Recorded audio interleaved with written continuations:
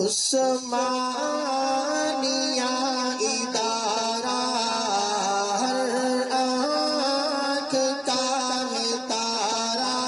السلام علیکم۔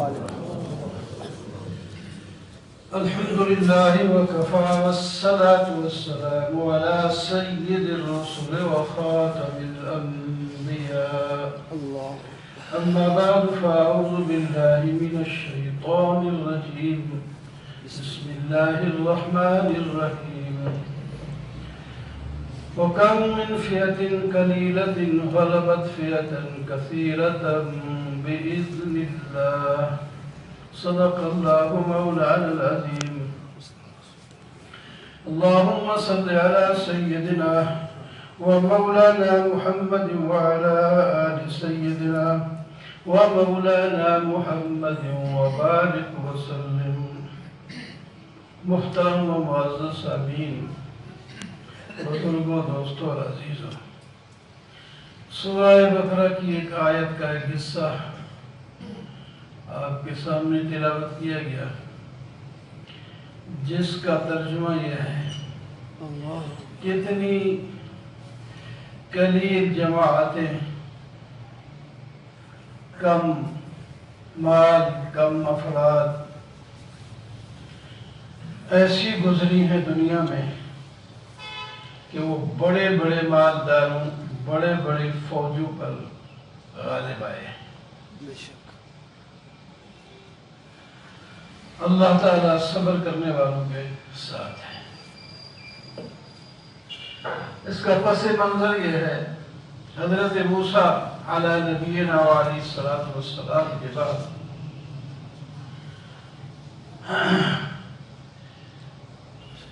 کئی پیغمبر آئے، حضرت یوشع بن نون، ہارون علیہ السلام، یوشع بن نون، اس طرح کے ایک دور گزرا۔ شمویل علیہ السلام کا دور تھا،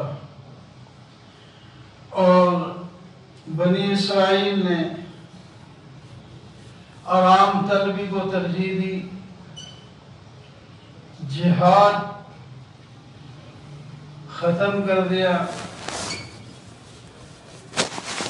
جس کے نتیجے میں عمالقہ ایک قوم تھی بڑی زبردست، انہوں نے چڑھائی کی، یہ ان کا مقابلہ نہ کر سکے،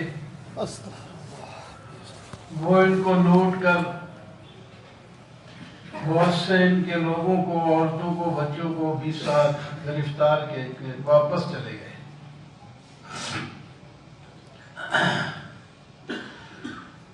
اب جو باقی بچ گئے وہ بڑے پریشان ہیں کہ ہمارے بچے، ہماری عورتوں، ہمارے شرفاء پر دشمنوں کا قبضہ ہو گیا ہے، ہم ذلیل و خوار ہو گئے، ہمارے بچے عورتیں ان کے قبضے میں ہیں، اور ہم یہاں گھر ہاتھ پہ ہاتھ رکھ کے بیٹھے ہوئے ہیں، یہ بڑی ذلت ہے۔ تو حضرت شمویل علیہ السلام کے پاس ایک وفد بن کے آیا، کہنے لگے: حضرت، ہمارا ایک قائد متعین کر دیں، سپہ سالار بنا دیں، ہم اس کی قیادت میں عمالقہ کے ساتھ جنگ کرنا چاہتے ہیں، اور اپنے بچوں اور اپنی عورتوں اور اپنے شرفاء جو ان کی قید میں ہیں ان کو چھڑوانا چاہتے ہیں۔ قال هل عسیتم ان كتب علیکم القتال الا تقاتلوا، وہ جانتے تھے کہ شمویل علیہ السلام یہ بزدل قوم ہے، پہلے ہی انہوں نے مقابلہ نہیں کیا، اس وقت تو زیادہ تھے یہ، تو اب انہوں نے کہاں مقابلہ کرنا ہے؟ فرمایا اگر اللہ تعالیٰ کی طرف سے تمہارے اوپر جہاد فرض ہو گیا تو تم قتال نہ کرو تو پھر تو عذاب آئے گا۔ قالوا ما لنا الا نقاتل فی سبیل اللہ، وہاں جو بندی کے ساتھ کہتے ہیں ہمیں کیا ہوئے کہ ہم جہاد نہ کریں، ہم ضرور یاد کریں گے، آپ متعین کر دیں قائد نے فرمایا ٹھیک ہے۔ انہوں نے انہی میں سے ہی ایک بزرگ حضرت طالوت کو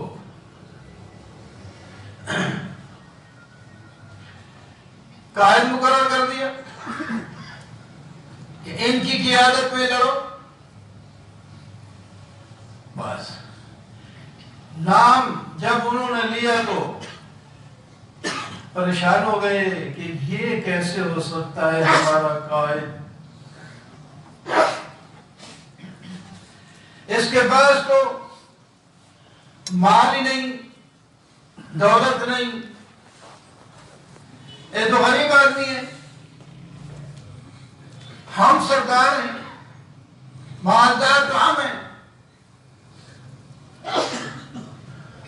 ہم میں سے کسی کو سردار بنانا چاہیے تھا۔ یعنی پہلے ہی حکم پر انہیں اعتراض شروع کر دیا، انہوں نے لڑنا ہی کیا تھا۔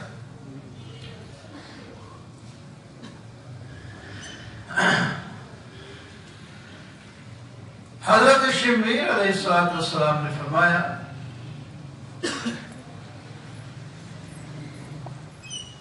وہ لمبی بات ہے، قرآن نے پورا رکوع بیان کیا ہے، بلکہ 2 رکوع اس واقعے کو بیان کرنے میں، اللہ کی کلام ہے۔ تو انہوں نے سمجھایا کہ قیادت کے لائق تو یہی شخص ہے، ہر کام کے لیے افراد ہوتے ہیں، جہاد کے لیے وہ آدمی مقرر ہو سکتا ہے قائد جن کے اندر جہاد کرنے کی صلاحیت تو ہو، بسطتاً فی العلم والجسم، جہاد میں وہی قائد بن سکتا ہے جس کو جہاد کرنے کا طریقہ بھی آتا ہو اور باروب شخصیت بھی ہو، یہ دونوں چیزیں اس میں پائی گئی، بسطتاً فی العلم والجسم، واللہ یؤتی ملکہ من یشاء۔ اور ویسے بھی اگر کسی اور کو بھی بنا دیتے تو اللہ کا ملک ہے، جسے چاہے سردار بنا دے، آپ کو اعتراض نہیں کرنا چاہیے۔ آپ نے پہلے ہی کہا کہ ہم مانیں گے، ہم نے کہا تھا تم نظر نہیں آتے جہاد کرنے والے، کوئی نہ کوئی بات آگے لاؤ گے اور جہاد سے جان چھڑاؤ گے۔ فرمایا اللہ کی طرف سے متعین ہوا ہے، اور اس کی ہم تمہیں ایک دلیل دیتے ہیں کہ تمہارے ایک صندوق تھا حضرت موسیٰ علیہ السلام کا، جس کے اندر حضرت موسیٰ اور ہارون علیہ السلام کی کچھ چیزیں تبرکات تھے، وہ امانت والے وہ صندوق لے گئے ہیں۔ اب یہ نشانی ہوگی کہ وہ صندوق تمہارے پاس واپس آ جائے گا، پھر تو مان لو گے کہ ہاں ٹھیک ہے مان لیں گے۔ وہ صندوق جو لے گئے تھے وہ ادھر تو برکتوں کا باعث تھا، ان کے لیے تکلیف کا باعث بن گیا،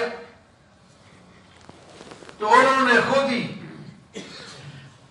ادھر بیل گاڑی میں رکھ کے ادھر ہی کر دیا، پھر فرشتے ہانک کے اس کو لے آئے، تمہارا جیسے بھی آ گیا ان کے پاس آ گیا، اور اب تو مان لو۔ اب تو انہوں نے مان ہی لیا، یہ ٹھیک ہے۔ حضرت طالوت نے تیاری شروع کر دی، جالوت ہے وہاں ان کا بڑا نام ملتے جلتے ہیں، طالوت یہ ان کا نام ہے جو مسلم فوج کا سربراہ ہے، اور جالوت اس کا نام ہے جو کافروں کا سردار ہے، بادشاہ ہے۔ اب تیاری جب مکمل ہو گئی تو فرمایا چلو فلما فصل طالوت بالجنود، جب فوج تیار ہو کے نکل گئی، ہر کام میں آزمائش ہوتی ہے، امتحان ہوتا ہے، امتحان کے بغیر کامیابی نہیں ہوتی۔ کوئی بھی کام ہو، انجینئر کا بھی امتحان ہوتا ہے، ڈاکٹر کا بھی امتحان ہوتا ہے، عالم کا بھی، مفتی کا بھی، کوئی بھی کام کرنے والا امتحان اس کا لیا جاتا ہے، یہ کام کر سکتا ہے کہ نہیں۔ اس طرح مجاہدین کا بھی امتحان ہوتا ہے، مشکلات حالات بھی آتے ہیں، یہ برداشت کر سکتے ہیں کہ نہیں۔ بھوکا بھی رہنا پڑ جاتا ہے، پیاسا بھی رہنا پڑ جاتا ہے، اور گھر تھوڑی ہے کہ ہر چیز اپنے ٹائم پہ مل جائے۔ تو فرمایا امتحان تمہارا یہ ہے کہ راستے میں، گرمیوں کا موسم ہے، راستے کے اندر پانی آئے گا، نہر آئے گی، تمہارے پاس والا پانی ختم ہو گیا ہوگا، تمہیں پیاس زبردست لگی ہوگی، اور جب اس نہر پر پہنچے تو فرمایا اس میں سے کوئی آدمی پانی نہیں پی سکتا۔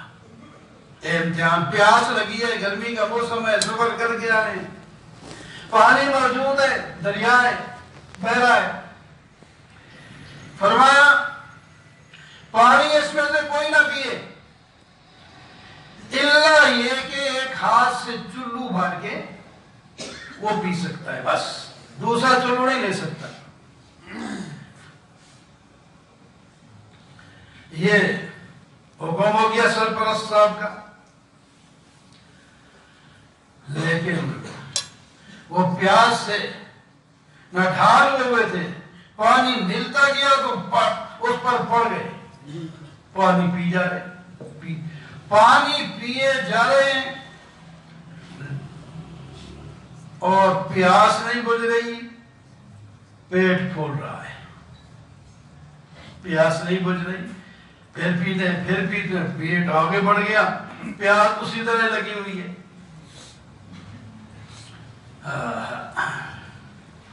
لیکن چند لوگوں نے اپنے قائد کی بات کو مانتے ہوئے ایک چلو پر اکتفا کیا، جس کے نتیجے میں ان کی پیاس بجھ گئی۔ پیاس بجھانے والا بھی تو اللہ ہے، پانی تو نہیں بجھا سکتا نا۔ اگر پانی بجھاتا تو ان کی پیاس بجھا دیتا، اتنے کلو پانی پی لیے، اور جنہوں نے صرف ایک چلو پانی پیا ان کو پیاس ٹھیک ہو گئی۔ جنہوں نے پانی خوب پی لیا، اب ان کے لیے چلنا بھی دوبر ہو گیا، اب کہے سے جائے مقابلہ کریں، اب تو پیٹ پھول گیا ہے، چل ہی نہیں سکتے، ابھی سفر بھی ہے، مقابلہ بھی کرنا ہے۔ تو جناب انہوں نے کہا قالوا لا طاقت لنا اليوم بجالوت بجنوده، آج ہمارے پاس طالوت اور اس کے لشکر کے ساتھ لڑنے کی طاقت نہیں، ہمارا جواب ہم نہیں کر سکتے۔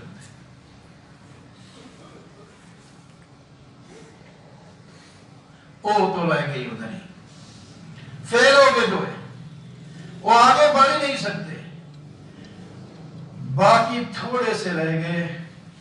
ان تھوڑوں سو کی تعداد بھی تاریخ میں 313 آتی ہے، جیسا کہ ہمارے بدر میں 313 تھے۔ ان کی تعداد بھی باقی اتنی رہ گئی، لاکھ کے آگے پیچھے وہ گھر سے نکلے تھے، اور وہاں امتحان میں باقی سارے فیل ہو گئے، صرف 313 پاس ہوئے، اور ان کا جذبہ ایمان اور قوت بڑھ گئی، اور ان کا دل بڑا ہو گیا۔ ان کے سامنے بڑی فوج، وہ کم از کم 3 لاکھ تھی آگے جو فوج تھی جس کا مقابلے کو جا رہے تھے، اور مسلح تھے۔ خود جالوت نے پورا لباس سر سے لے کر پاؤں تک اس نے لوہے کا لباس پہنا ہوا ہے تاکہ کوئی چیز اثر نہ کرے۔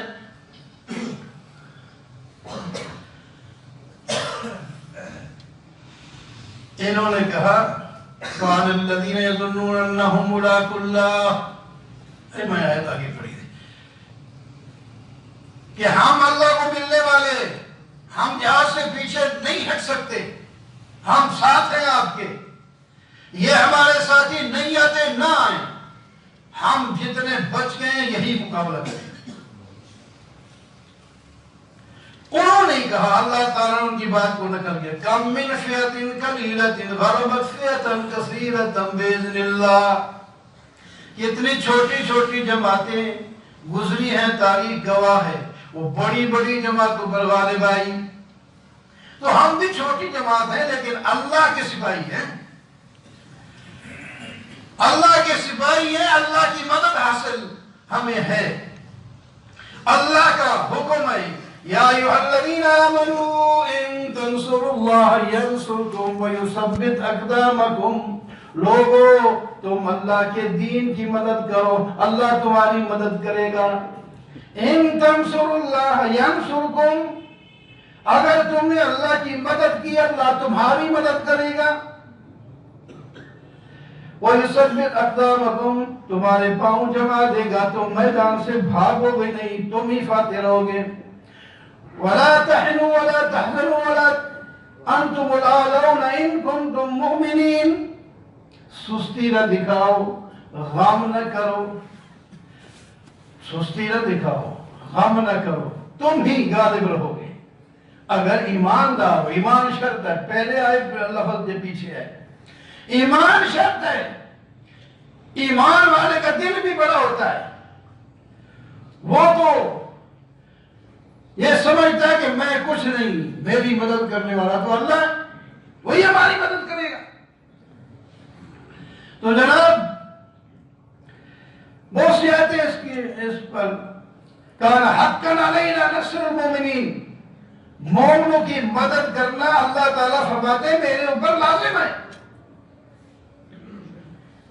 جب اللہ تعالیٰ کی یہ وعدے ہیں تو پھر ہم کیوں پیچھے ہٹیں؟ ہندوستان بڑا ملک ہے، ہمارا ملک ان کے صوبے کی طرح ایک صوبہ ہے، لیکن ہمارے اندر ایمان ہے. اگرچہ ہم ایمان میں اس درجے کے نہیں ہیں جو پہلے وہ لوگ تھے، لیکن کچھ نہ کچھ اب بھی ہیں. یہ نہیں کہ بالکل خالی ہو جائے، سارے ایسے ہو جائے، کمزور ہو جائے. ایمان تو قیامت تک چلتا رہے گا، پورا پورا چلنے والے رہیں گے. کثرت کبھی کدھر ہوگی. تو اللہ تعالیٰ کے وعدوں پر یقین رکھتے ہوئے ہمیں کسی بڑی طاقت سے نہیں ڈرنا چاہیے. ایمان جو ہے، ایمان یہ بڑی چیز ہے. ہمارے اندر یہ کمزور ہے ایمان، لیکن پھر بھی ان جن کے اندر نہیں ہے ان سے وہ اچھے ہیں. جن کے اندر ایمان ہے ہی نہیں ان سے تو پھر بھی بہت اچھے ہیں. اور بڑے ایمان والے بھی ہمارے اندر موجود ہیں، وہ دعائیں مانگ رہے ہیں، رو رہے ہیں، اللہ سے مانگ رہے ہیں. ہم بے شک کھیل میں لگے رہے ہوں تو اللہ سے مانگنے والے، رونے والے بھی موجود ہیں، مانگ رہے ہیں. بہرحال انشاءاللہ بڑی عزت ہوئی ہے، اللہ تعالیٰ نے ہمیں عزت دی ہے. ایک ہی نوجوان نے جو ہے ان کے چمکتے ہوئے سورج کے سامنے، وہ تو کہتے ہیں رات کو اندھیرے میں آئے تھے، یہ چمکتے ہوئے سورج روشنی کے اندر ان کو جو پھڑکا کے رکھ دیا تو ان کو پتہ چل گیا اس کی زبانیں گم ہو گئی ہیں. لہٰذا ان کو ہم کہہ رہے ہیں کہ آئندہ پھر ایسی کوئی غلطی نہ کرنا. عثمانیہ